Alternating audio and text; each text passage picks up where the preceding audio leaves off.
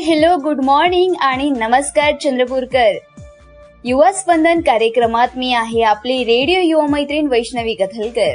तुम्हा सर्वांचं युवा स्पंदन या कार्यक्रमात मनपूर्वक स्वागत.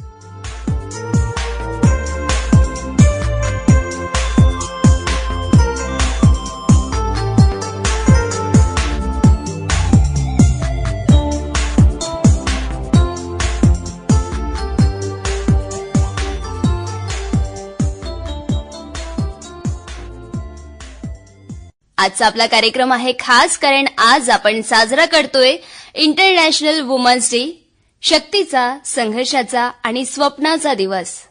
पण महिला सक्षमीकरणाबद्दल बोलताना एक असा विषय आहे ज्यावर अजूनही हळू आवाजात चर्चा होते. तो विषय म्हणजे मासिक पाळी. आजही समाजात पाळीबद्दल लाज, भीती आणि गैरसमज आहे. या कार्यक्रमातून आपण ते गैरसमज दूर करणार आहोत आणि योग्य सोपी माहिती जाणून घेणार आहोत. आज आपण या दोन्ही विषयांवर मोकळेपणाने बोलणार आहोत, गैरसमज दूर करणार आहोत, अनुभव ऐकणार आहोत आणि एक सकारात्मक बदल घडवण्याचा प्रयत्न देखील करणार आहोत.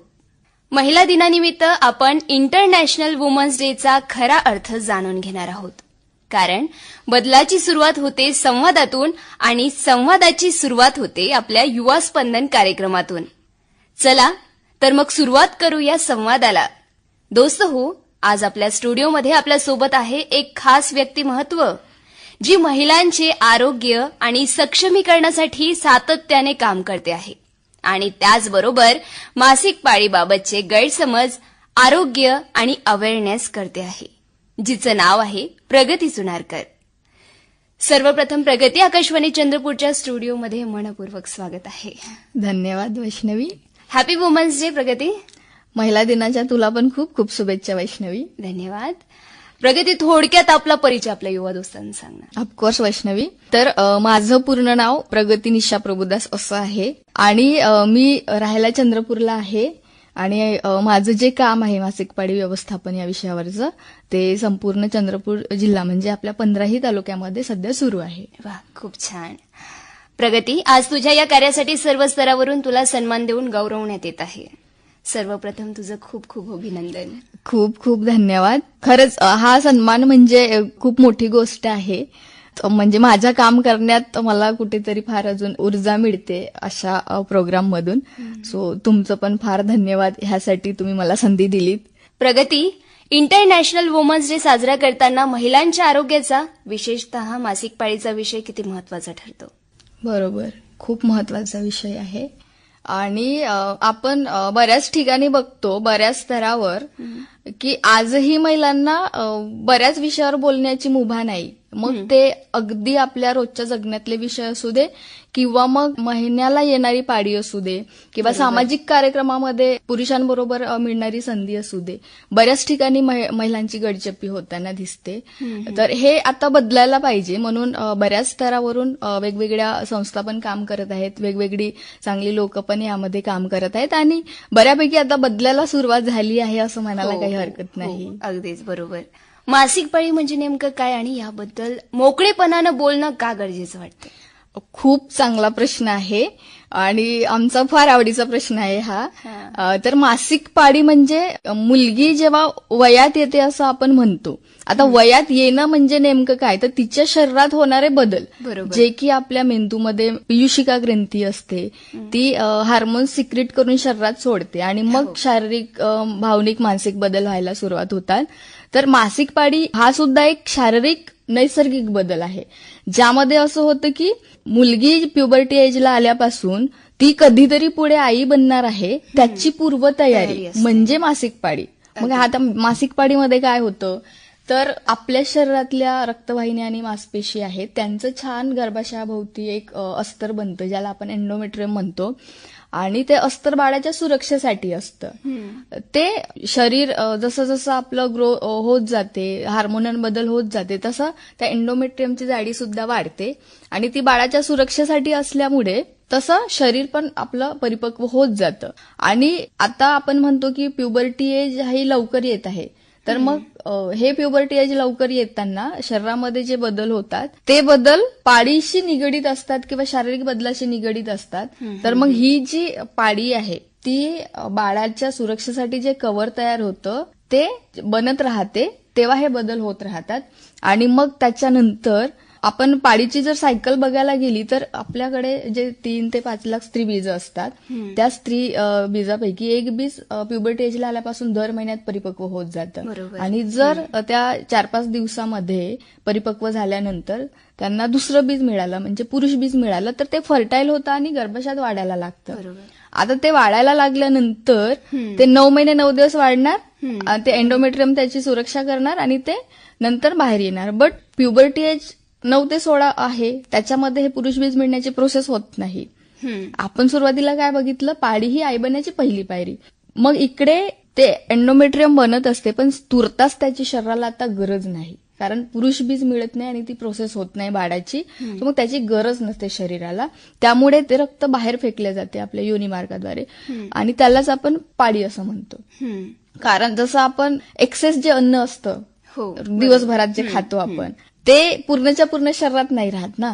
जितक्या ऊर्जेची आपल्या शरीराला गरज आहे तितकं अन्नाचं रूपांतर ऊर्जेत होतं आणि जे एक्सेस अन्न आहे जे दुसऱ्या दिवशी आपण विष्ठेमार्फत बाहेर टाकतो, त्याचप्रमाणे पाळीची सेम प्रोसेस आहे की त्या एंडोमेट्रियमची आत्ता शरीराला गरज नसते, म्हणून ते पाळीच्या वाटे बाहेर येते. कारण पुढच्या महिन्यात सुद्धा शरीराला तीच प्रोसेस करायची आहे, तीच तयारी करायची आहे. अशी एकंदरीत मासिक पाळीची सायकल आहे. अरे वा वा, खूप छान माहिती दिलीस प्रगती तू आपल्याला. अनेक मुली आहे ज्या या विषयावर बोलायला खूप लाजतात, याच्या मागचं नेमकं कारण काय? याच्या मागचं नेमकं कारण म्हणजे एक तर आपण ज्या कुटुंबात वाढतो त्या कुटुंबातलं वातावरण, जर ओव्हरऑल आपण बोलायला गेलं ना, भारतीय संस्कृतीमध्येच असं आहे की विशिष्ट विषय आहे त्याच्यावर बोललं जात नाही, बोलू नये असं आपल्यावर लहानपणापासून, इव्हन आपण गर्भात असल्यापासून आपल्यावर संस्कार होतात. मग मासिक पाळी असू दे, गर्भनिरोधक साधनांविषयी असू दे, लैंगिक संबंधाविषयी असू दे, असे बरेचसे विषय आहेत जे या विषयावर मोकळेपणाने बोलल्या जात नाही. पण हे मोकळेपणाने न बोलल्यामुळे बरेचसे आता प्रश्न तयार होत आहेत. तर एक तर पुरेसा संवाद नाही, आणि संवाद का नाही तर या विषयातली शास्त्रीय माहिती नाही, आणि संवाद न झाल्यामुळे बरेच प्रश्न तयार होतात. आणि पाळीचा विषय सुद्धा असाच आहे, न बोलल्यामुळे मोकळं वातावरणाच्या अभावी संवाद होत नाही पुरेसा, आणि त्यामुळे योग्य ती माहिती मुलीला मिळायला पाहिजे ती मिळत नाही.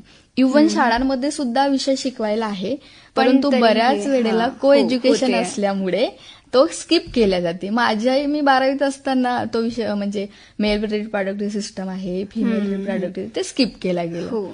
प्रगती, हल्ली मुलींना लवकर म्हणजे 9-10 वर्षातच पिरियड्स येतोय, याचं नेमकं कारण काय? याचं नेमकं कारण म्हणजे आता बदललेली जीवनशैली आहे. बदललेली जीवनशैलीत जर आपण पाहायला गेलं तर आहार आहे. मुली बऱ्यापैकी फास्ट फूड खातात. अच्छा. शरीराची हालचाल होत नाही. म्हणजे आता एज्युकेशन सिस्टम असं आलं, खूप पिरियड्स असतात, बऱ्याच सिलेबस कव्हर करायचा असतो. तर जे आधी मध्ये मध्ये जे रिसेस व्हायचे आणि मैदानी खेळ खेळायला मिळायचे ते मिळत नाही, आणि त्यामुळे शरीराची हालचाल होत नाही, आणि शरीराची हालचाल व्यवस्थित होत नसल्यामुळे शरीराला तो व्यायाम मिळत नाही, आणि ती सायकल नीट राहण्यास मदत होत नाही. मुली पाणी कमी पितात कारण बऱ्याच वेळेला वॉशरूमची सोय नसते, किंवा स्क्रीनिंग टाइम वाढलेला आहे, त्यामुळे झोप कमी होते. ह्या सगळ्याचा परिणाम शरीरावर होतो. आणि मुख्य कारण म्हणजे आपण जे खातो ना, जसं ग्रोथ हार्मोन्सची इंजेक्शन दिलेली काही फळं आहेत, चिकन आहे. हो बरोबर. नॉनव्हेज मध्ये आता सध्या तरी तेच दिसतं, इंजेक्ट केलेले वगैरे असतं. बरोबर. आणि फळे जास्त काळ टिकवण्यासाठी गॅमा किरणाचा मारा केलेली असतात, खतांचा भरपूर वापर होतो. ह्या सगळ्यांचा परिणाम मग आपल्या बॉडीवर होतो, आणि ते वेळेच्या आधी मग ग्रोथ व्हायला सुरुवात होते. इव्हन मुलं सुद्धा आता कमी वयात यायला लागली. म्हणजे जर आपण आधीचा रेशो बघायला गेला तर मुली सहसा 15-16 वर्षी वयात यायच्या, आणि मुलांना सुद्धा 18 वर्षापर्यंत दाढी मिशा यायच्या. परंतु आता आपण बघतोय 8व्या वर्गामध्ये गेलं की मुलं. ह्या सगळ्या आपल्या रुटीन मध्ये जे बदल पडला जीवनशैलीमध्ये त्याचा तो परिणाम आहे. अच्छा अच्छा. मासिक पाळीच्या काळात स्वच्छतेचं महत्व किती आहे, आणि स्वच्छता न पाळल्यास कोणत्या रोगाचे धोके उद्भवू शकते असं तुला वाटतं? हा तर सगळ्यात महत्वाचा प्रश्न आहे. जर WHO चा रिपोर्ट आपण बघितला तर 40% महिलांना गर्भाशय संबंधित आजार आहेत. आणि ह्याचं मुख्य कारण कुठेतरी हायजीनची व्यवस्थित काळजी न घेतल्यामुळे. आता याला बरीच कारणे आहेत. एक तर योग्य त्या सोयी सुविधा मिळत नाही. जर आपण शाळेतल्या मुलींचा विचार केला तर शाळेमध्ये स्वतंत्र मुलींसाठी बाथरूम नाही. बऱ्याच ठिकाणी म्हणजे आहेत काही ठिकाणी, परंतु जर आपण सर्वेनुसार चाललं तर बऱ्याच ठिकाणी स्वतंत्र बाथरूम नाही.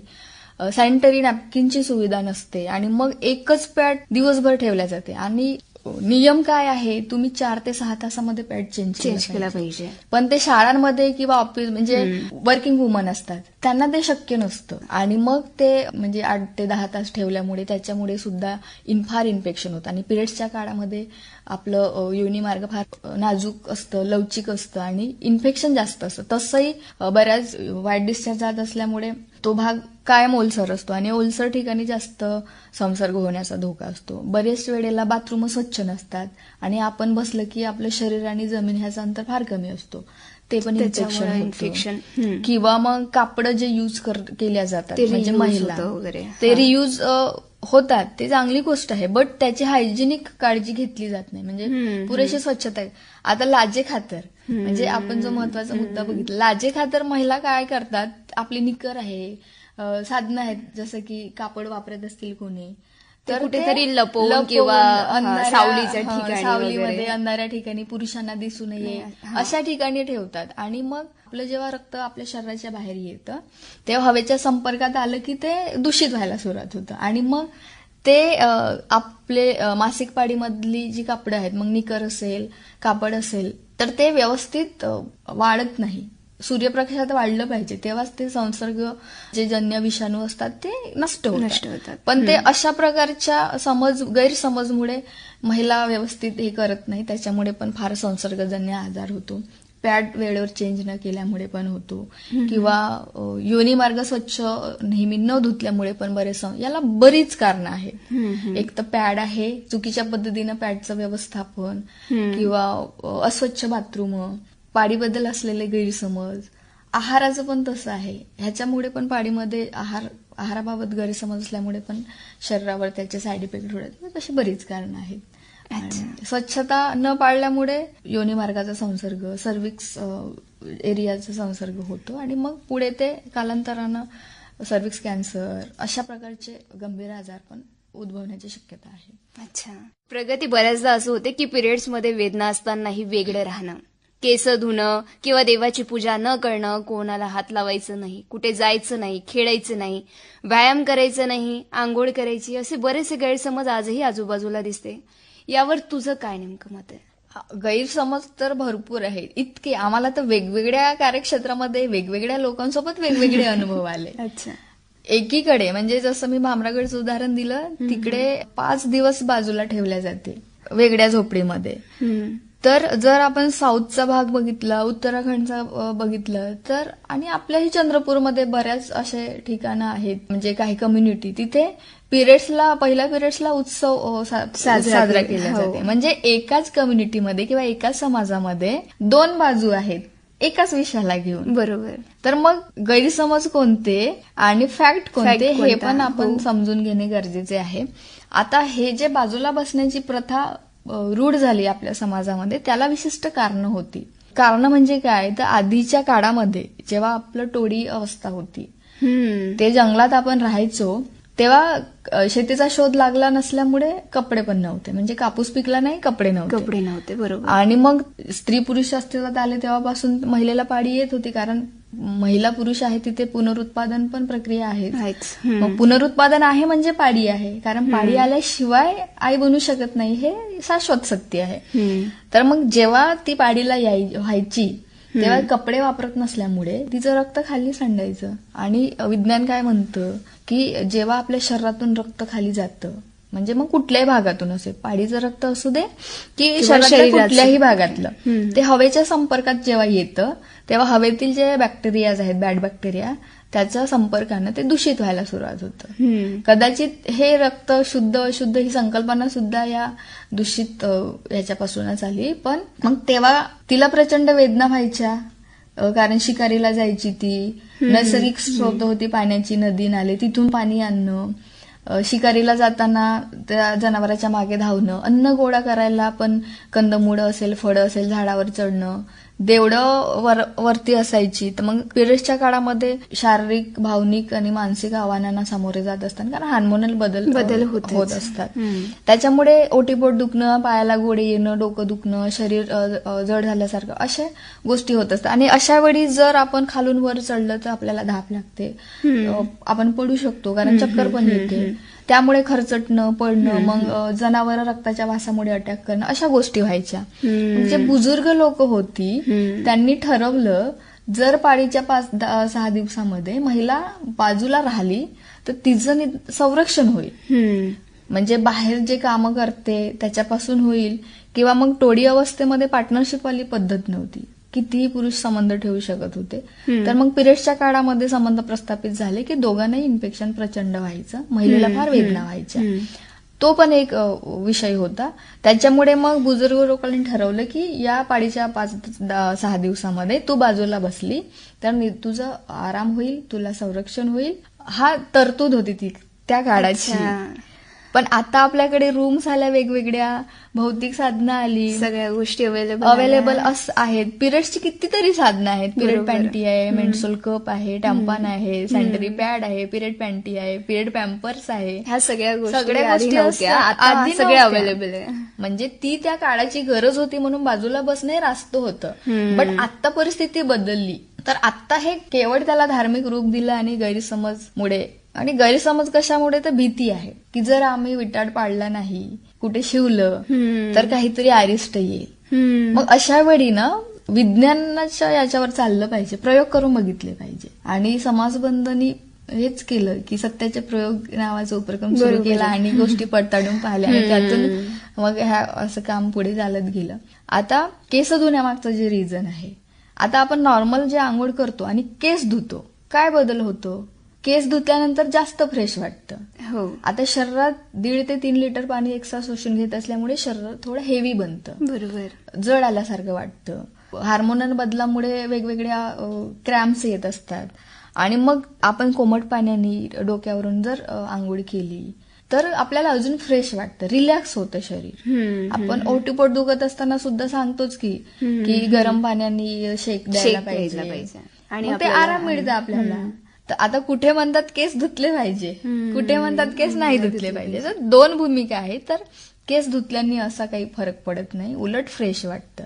बाजूला बसणं आरामासाठी बसत असेल तर स्वागतच आहे त्या गोष्टीचं.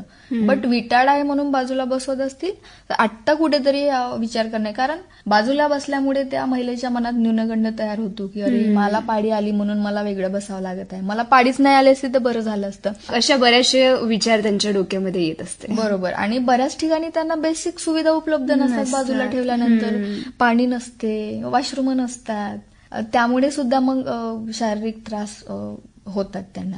आणि कुठे कुठे तर पाळीतल्या महिलेला टच केलं जात नाही, मग तिला कितीही काही झालं, म्हणजे आजार दुसरे असले आणि ती पिरियड्स मध्ये असली तर योग्य वेळी उपचार मिळत नाही. त्याच्यामुळे सुद्धा बऱ्याच महिला दगावलेल्या आहेत, बरीच दुर्धर आजार झालेले आहेत, बऱ्याच महिलांचे गर्भाशय काढून टाकावे लागलेले आहेत.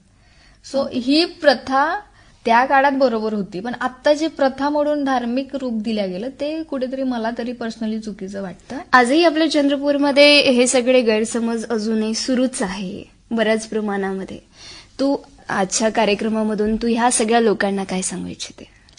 मी सगळ्यांना हेच सांगू इच्छिते की पिरियड्स ही अतिशय नैसर्गिक गोष्ट आहे.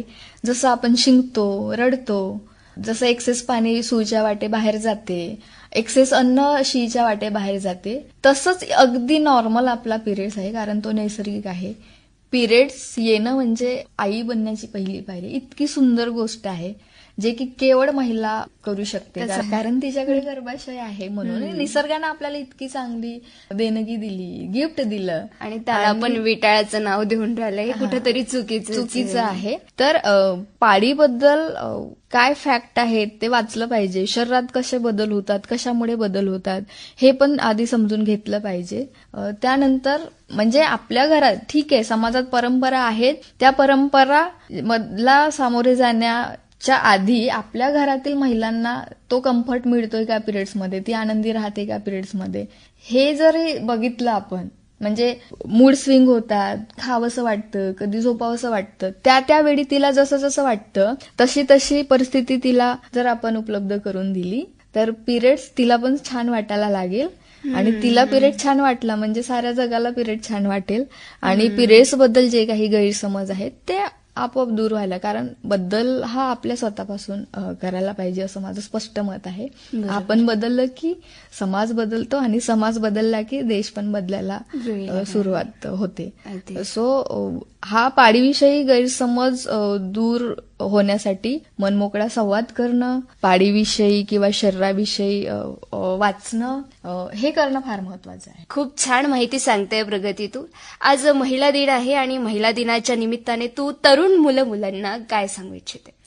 तरुणासाठी तर हाच संदेश आहे की मोबाईलच्या सोशल मीडियाच्या विळख्यात जास्त गुरफटून न राहता कॉम्पिटिशनचं जग आहे आणि स्वतःला ओळखलं पाहिजे आणि माझ्यामध्ये काय स्किल आहेत त्याला डेव्हलप केलं पाहिजे.